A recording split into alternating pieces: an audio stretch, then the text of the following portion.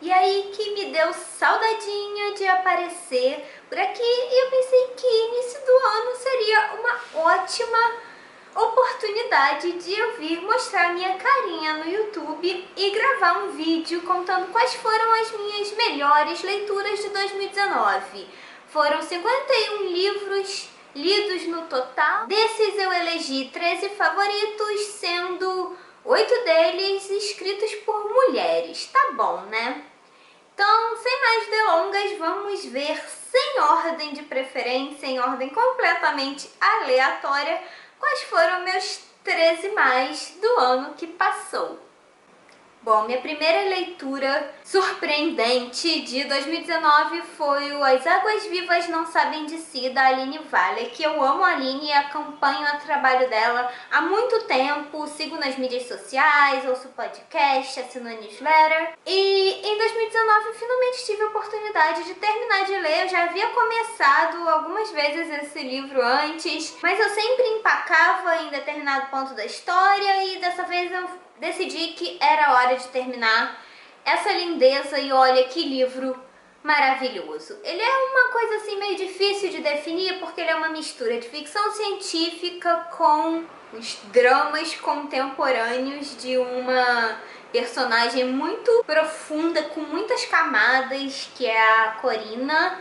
Enfim, eu amo o final desse livro, acho de uma poesia incrível. Eu adoro que a Aline ela mescla a narrativa, né, o tempo presente da história, a narração dos fatos que estão acontecendo, com os capítulos assim meio subjetivos que falam sobre criaturas dos mares, quer elas existam, quer não. Eu achei isso muito bonito, muito poético. Dá pra fazer várias analogias com, enfim, as criaturas e com as nossas vidas e com as águas vivas, com toda a simbologia. Eu acho que vale a leitura e vale um lugar na minha lista dos 13 mais. O segundo livro que eu tenho para comentar também é de uma autora nacional contemporânea, que é a Beatriz Bracher, e é o Azul e Dura. Eu li outro livro da autora também, mas o Azul e Dura foi o primeiro que eu li, o que ganhou o meu coração. Eu li em e-book, então não tenho aqui pra mostrar, mas eu vou colocar a capinha caso você tenha interesse. É um livro que vai contar a história de uma mulher super privilegiada, casada com uma pessoa importante, rica e tal, que ela acaba se envolvendo numa tragédia. Ela se envolve num acidente de trânsito e ela mata uma criança, uma menina que é deficiente física. E aí o livro vai contar meio que a culpa e todas as sensações que vem depois de uma tragédia como essa. Não só a culpa de ter tirado uma vida inocente, mesmo que de maneira involuntária, acidental, mas também a culpa de conseguir se livrar por conta dessa nossa sociedade de castas escrota, em que se você tiver dinheiro e contatos você meio que pode fazer qualquer coisa e nada te acontece. Tem uma coisa de memórias também, porque a personagem ela tá tentando escrever, então ela vai para um refúgio. Azul e Dura é a pasta onde ela guarda seus recortes, seus escritos, enfim. É maravilhoso, eu amei a intertextualidade, as referências que a Beatriz traz ao texto dela. E esses elementos eles vêm de forma natural para agregar, para somar ao texto e conversam muito bem com a narrativa. Eu virei fã dela também. Eu li o Antônio, gostei também, mas o Azul e Dura realmente cativou meu coraçãozinho e eu quero ler agora, se possível em 2020, o Anatomia do Paraíso. Terceiro livro que eu tenho para indicar é um thriller chamado Por Trás de Seus Olhos, da Sarah Pinborough, ou sei lá como é que se fala o nome dessa pessoa, mas eu me interessei em ler esse livro porque eu gosto de thrillers, né? Eu gosto de suspense e esse livro parece que vai virar série da Netflix, então eu me interessei e, meu Deus do céu, que livro foda! Eu vi muita gente falando muito bem daquele Paciente Silenciosa no ano passado, foi o hype de 2019 e eu achei uma boa merda. Quem leu Agatha Christie não vai se surpreender com aquele final, tá? Só pra constar. Mas com o final de Por Trás de Seus Olhos, meu Deus.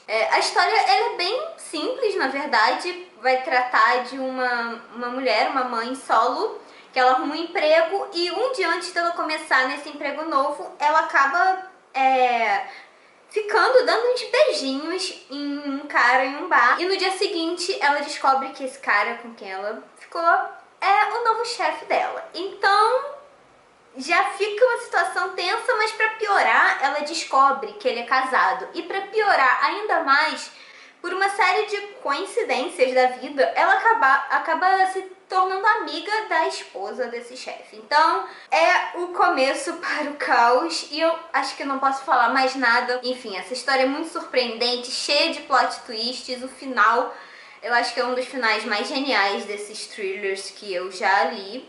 Honestamente, eu adorei e eu tô louca pra ver a adaptação. Outro livro que eu li e amei, na verdade eu não li, eu ouvi em audiobook, foi o Tudo Pode Ser Roubado, da Giovanna Madalosso.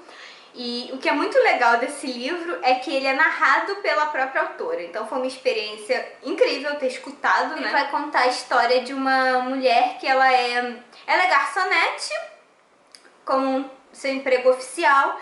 E nas horas vagas ela rouba coisas. Então a especialidade dela é sair para dates com mocinhos ou com mocinhas que ela acha que são ricos, que tem lá um dinheirinho, que tem alguma coisa roubável. E ela vai para casa dessas pessoas, transa com essas pessoas, faz o que tem que fazer lá. E aí ela acaba surrupiando uma coisinha ou outra, um relógio ou um acessório caro, enfim, coisas que ela consiga vender por um preço bom, e aí ela vende num brechó de uma conhecida dela, que aliás é uma personagem maravilhosa e é uma história paralela muito legal, que é uma personagem trans. E é isso, é uma delicinha a gente acompanhar as aventuras da Rabudinha, que é a personagem que não tem nome. Nesse meio tempo ela vai receber uma proposta indecorosa de roubar um livro, uma primeira edição super rara de um professor, e aí a gente vai ver como é que ela se embrenhando nesses ramos da literatura com o qual ela não tem muita intimidade. Enfim, é uma delícia de ler o livro. Agora eu já quero ler o livro de contos da autora, que é Teta Racional. Se alguém já leu, me conta, porque realmente curti muito a escrita dela. Uma leitura que eu fiz para faculdade e que eu amei demais foi o Bom Dia, Camaradas, do Ondiak. Eu nunca tinha lido nada do Ondiak e esse foi um ótimo começo. Ele é um livro que trata da guerra de Angola, mas de uma maneira muito leve, porque ele é narrado por uma criança que pode ou não ser um alter ego do próprio Ondiak, né, que é angolano, que passou por esse momento. Então ele também traz muito da vivência dele, mas é um livro com um tom muito leve, muito divertido, apesar de tratar dos horrores da guerra, e não é aquela coisa pesada, porque a gente leu para a mesma disciplina um outro livro do Lobo Antunes que é totalmente diferente, é um clima muito mais pesado e denso e, enfim, mostra que a guerra é uma merda e o lado feio de tudo isso, enquanto a narrativa do Ondiak é muito mais fluida e mostra como, sei lá, que as crianças conseguem ver beleza e conseguem ver diversão, mesmo em momentos tão conturbados, e me deu um quentinho no coração ler esse livro, sabe? Eu acho que o que dá pra pensar é que mesmo quando tá tudo na merda, quando tem guerra e um monte de crises acontecendo aqui e acolá, é não perder essa coisa de criança, né? Essa fé na vida, esse jeito de procurar beleza e diversão e riso. Enfim, eu adorei e eu já quero ler outras coisas do Ondiak. Outro livro que eu li e que eu amei e que, por incrível que pareça, eu não tinha lido ainda, me julgue, foi o Dom Casmurro, do Machado de Assis. Sou uma daquelas pessoas que não teve que ler Machado na adolescência, no ensino médio, e eu acho que isso foi bom, porque eu desconfio que eu não teria gostado desse livro, talvez, se eu tivesse lido aos 14, 15 anos, mas eu adorei quando eu li agora, adulta. E é um livro que tem tanta coisa pra gente discutir, que eu acho até bem bobo vocês aí ficarem tretando no Twitter se a Capitu traiu ou não, né? Porque, honestamente, o livro não é sobre isso, o livro não é uma fofoquinha de casais, quem pegou quem, o livro tem camadas e camadas e tem tanta coisa pra falar, enfim, foi incrível. E a propósito, ela não traiu não, mas deveria, porque o cara é insuportável, esse Bentinho. Outro livro que eu li e que eu coloquei na minha categoria assim de muda vidas é A Menina da Montanha, da Tara Westover. E esse é um livro que eu ouço falar bem pouco, mas ele é um livro sobre educação. Ele é uma ode à educação, na verdade. Ele vai contar a história de uma menina de uma família mormon super ortodoxa, super praticante, e que ela nunca tinha colocado os pés numa escola até chegar à faculdade. Então, os pais não deixavam ela estudar, não deixavam os filhos terem documentos de identidade ou irem no hospital, porque eles achavam que o governo estava conspirando contra eles, que ia haver uma revolução, ia haver... Enfim, eram pessoas bem loucas, bem de teoria da conspiração. Se fosse nos dias de hoje, eu diria que eles, sei lá, acreditam que a Terra é plana.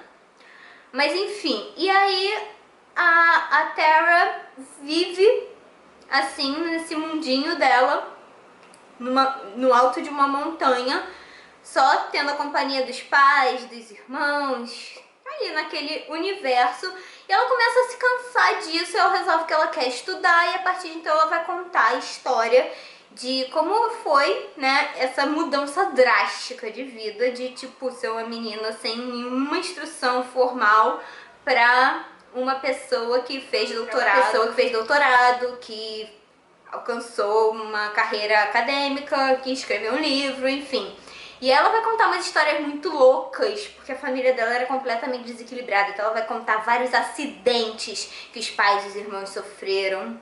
Vai contar como a mãe dela virou meio que uma celebridade da pseudociência. Então ela começou a ficar rica, montando uma empresa de óleos essenciais que curam tudo. E isso é verdade, eu fuxiquei, existe essa empresa. A mãe dela vende esses óleos essenciais promovendo cura para várias doenças. É uma coisa meio coach, curandeirismo, bem pesada. E ela vive postando coisa anti-vacina. Então, assim, é pesado o negócio. E parece que esse livro deu uma polêmica, que os pais quiseram processar e que eles não reconhecem como sendo verdade o que a Tara contou. E assim, eu acho que quando a gente narra uma história, a gente inventa algumas coisas, a gente preenche lacunas, mesmo que não intencionalmente, porque a nossa memória trai a gente, ela edita, enfim. Pode ser que não seja tudo 100% verdade, mas ainda assim é inspirador, uma leitura realmente transformadora. Eu indico muito essa Menina da Montanha. Outro clássico negligenciado que eu desbloqueei finalmente em 2019 foi o Mrs. Dalloway, da Virginia Woolf. Esse livro eu já tentei ler várias vezes sem sucesso, porque como é fluxo de consciência, eu tinha muita dificuldade e eu acabava desconcentrando. E aí eu tive que ler para um curso de literatura inglesa que eu fiz. Eu falei, não, agora vai. E eu li o livro todo. E na verdade não é tão difícil ler esse livro, uma vez que você embarca no fluxo. E é uma premissa bem simples, né? Vai contar um dia na vida da Clarissa Dalloway, que tá preparando uma festa.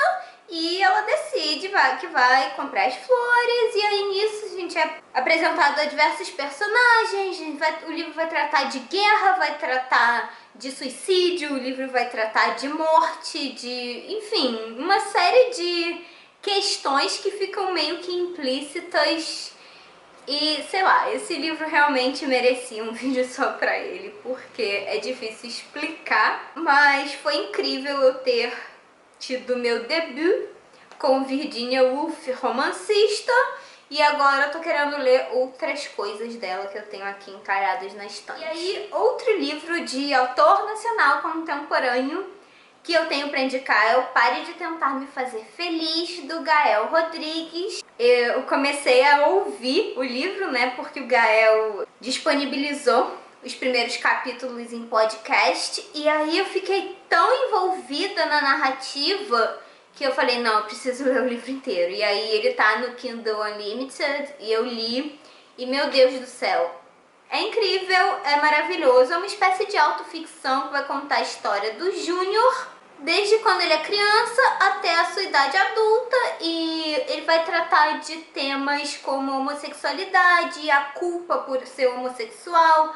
a negligência e a falta de amor no lar, a homofobia e a questão do medo em relação não só à homossexualidade, mas também em relação a doenças sexualmente transmissíveis, que é um fantasma que paira durante a narrativa, porque em dado momento um personagem importante da vida do Júnior vai morrer em decorrência da AIDS, então esse é um tema muito recorrente. Vai ter um pouquinho de realismo mágico aqui e ali, e vai ter muitas doses autobiográficas, né, sendo um relato autoficcional. Tem coisa que é verdade, tem coisa que poderia ser, tem coisa que é uma esticada da verdade por parte do Gael. Mas enfim, pare de tentar me fazer feliz. É um livro muito legal. Tá disponível no Kindle Unlimited, tá disponível na Amazon em e-book para você comprar. É um lançamento independente, então é legal comprar para ajudar o autor e apoiar a literatura nacional. Recomendadíssimo. Não é novidade para ninguém que a Sylvia Plath é uma das minhas autoras favoritas ever, e esse conto, Mary Ventura e o Nono Reino, virou o meu xodozinho. Eu recebi esse livro de presente de uma seguidora no Instagram. Muito, muito, muito obrigada, porque eu não sabia da existência dessa preciosidade. É uma edição lindíssima, é um texto bem curtinho, mas tão impactante que eu fiquei sem ar quando eu terminei de ler. E tem várias chaves de leitura para esse conto, dependendo das suas questões como leitor e de como você encara a vida. Você vai interpretar esse conto, essa história de várias maneiras. Eu mesma consegui interpretar de duas maneiras, mas eu não quero falar muito porque eu acho que a melhor coisa que você tem a fazer é pegar esse livro sem saber nada, então não vou nem contar a sinopse. Aqui na contracapa fala que trata-se de uma fábula simbólica e obscura, e eu realmente acho que isso é uma fábula simbólica. Você pode pensar que isso é uma metáfora para a vida adulta, você pode pensar que isso vai falar sobre suicídio, haja vista, enfim, todo o histórico da Sylvia Plath. Você pode ter várias maneiras de interpretar o que está escrito aqui. Mas uma coisa é certa, você não vai sair impune dessa leitura, então Mary Ventura está recomendadíssima. Infelizmente, isso daqui eu acho um preço inexplicável. É uma edição muito bonita, sim, mas ainda assim é um conto, é um livro muito curto. Isso deve custar o quê? Uns R$50. É uma coisa bem inacessível, pelo menos por hora. E é uma pena, porque é um livro que eu realmente gostaria de distribuir. Eu acho que é um livro que seria legal de trabalhar em sala de aula para quem é professor, mas enfim, se você tiver como investir, vai ser um bom investimento, você pode ter certeza. Outro livro que eu li no finalzinho do ano e que eu gostei demais foi o Janela Indiscreta e Outras Histórias, do Cornell Woolrich. Esse conto que dá nome ao livro, obviamente, é o que inspirou o filme do Hitchcock, e eu gostei muito. Eu não vi o filme, mas eu gostei muito da história, ela realmente me prendeu, e as outras histórias são tão boas quanto. Então, todos os contos são bons, são surpreendentes e são... não tem uma moral, sabe? O que eu acho interessante é que, tipo, o autor não tenta te convencer de nada, o autor quer contar uma história e é isso aí. Não são contos policiais, assim, muito ortodoxos, porque a maioria deles a gente já sabe quem é o criminoso, não tem tanto mistério. O grande ponto não é quem vai matar quem, mas sim como é que as coisas vão se desenrolar, e é uma tensão crescente em todos os contos. Meu Deus, virei fã, já tinha lido A Dama Fantasma, do mesmo autor, e curti muito, e agora eu tenho outro livro dele chamado A Noiva Estava de Preto, que eu ainda não li, mas vou ler em breve porque realmente eu gostei muito da escrita dele. Outro clássico lido para a faculdade que eu adorei foi o Memórias do Subsolo, do Dostoiévski. Eu só tinha lido dele o Gente Pobre, que tem até vídeo aqui no canal, e esse Memórias do Subsolo, ele já é um livro muito mais aclamado, e eu adoro o tom pessimista, ou sei lá, nihilista, não sei, do narrador desse livro. Ele é um livro que eu diria que você não é um livro que você pega pra se distrair, se entreter. Você pega por outra razão, sabe? Mas não é o divertimento, porque é um livro duro, é um livro pesado, é uma história relativamente curta, mas que eu demorei, que eu precisava absorver. E é realmente uma narrativa pesada. E foi bom ter contato com essa parte mais densa e profunda do Dostoiévski. Agora eu tô com vontade de ler os clássicos dele, né? As obras-primas, por assim dizer. E eu vou ver se eu consigo me animar esse ano a pegar mais umas obras. E por fim, mas não menos importante, tinha que ter Agatha Christie na lista, e A Mansão Hollow foi o meu favorito da autora. Esse livro foi uma releitura que eu fiz. Eu lembro que eu já tinha lido muito tempo atrás e eu não tinha gostado, só que eu não lembrava de absolutamente nada, nem da história, nem das personagens, nem do crime. E foi uma grata surpresa, porque conforme eu fui lendo, eu fui realmente me envolvendo muito na narrativa, e eu acabei o livro favoritando não só como um dos melhores do ano, mas como um dos meus favoritos da autora. E olha que eu já li muitos, mas esse é diferente. Ele é um livro da Agatha Christie, que tem sim o Hercule Poirot, mas ele não é um livro tradicional de Agatha Christie, que você tem que descobrir o assassino e que as personagens não são tão bem desenvolvidas assim, que, enfim, o foco é muito no crime. Aqui não, aqui tem um aprofundamento, tem construção de ambiente, tem personagens muito bem construídos. Tem uma personagem chamada Henrietta que eu me identifiquei absurdamente, e ela é uma mulher completamente à frente do tempo. Ela é uma artista independente, que não é casada, que tem um caso com mas um outro, quando é cortejada por um outro rapaz, não quer, porque ela gosta da independência dela, ela gosta de fazer as esculturas dela, então ela é uma artista renomada, ela trabalha, ela tem... Enfim, virei fã, e todos os personagens são bem construídos, tanto que demora para acontecer coisas efetivamente, demora para o crime se desenrolar, demora para o Poirot aparecer na cena do crime. Então é um livro que realmente, eu não sei se o foco é no descobrir quem foi o assassino e por que matou, sabe? Eu acho que tem outras coisas em jogo aqui. Tem várias coisas acontecendo. O final eu achei bem surpreendente. E, enfim, virou um dos favoritos da vida, e eu pretendo ainda falar sobre esse livro melhor, porque é um livro que eu acho bem subestimado. É um livro da Agatha Christie que não é tão comentado quanto deveria, e é uma pena, porque é muito bom mesmo. E é isso, esses foram os meus 13 favoritos de 2019. Espero muito que você tenha gostado desse vídeo. Se você quiser que eu faça vídeo para algum livro desses em especial, conta pra mim nos comentários que eu vou tentar fazer.